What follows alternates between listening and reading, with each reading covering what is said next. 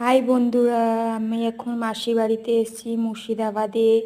দেখো, মাসি সোলার কাজ করে। দেখেছো, খুব সুন্দর সুন্দর ঠাকুরের সমস্ত কিছু মূর্তি, গয়না আর সমস্ত সোলার কাজ খুব সুন্দর বানায়। দেখেছো, তোমাদেরকে আরেকটু সামনে করে দেখালাম। এই দেখো, দারুণ। এই দেখো,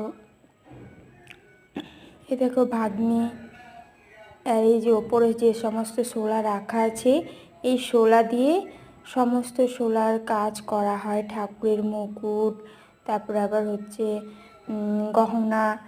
আবার এই দেখো, এই ঘরটাতে আরও সমস্ত কিছু শোলার কাজ আছে। এখানে মাসি শোলার কাজ বানায়। এই যে দেখো, শোলার মুকুট ঠাকুরের। এই যে দেখো, কি সুন্দর দেখেছো মুকুটটা।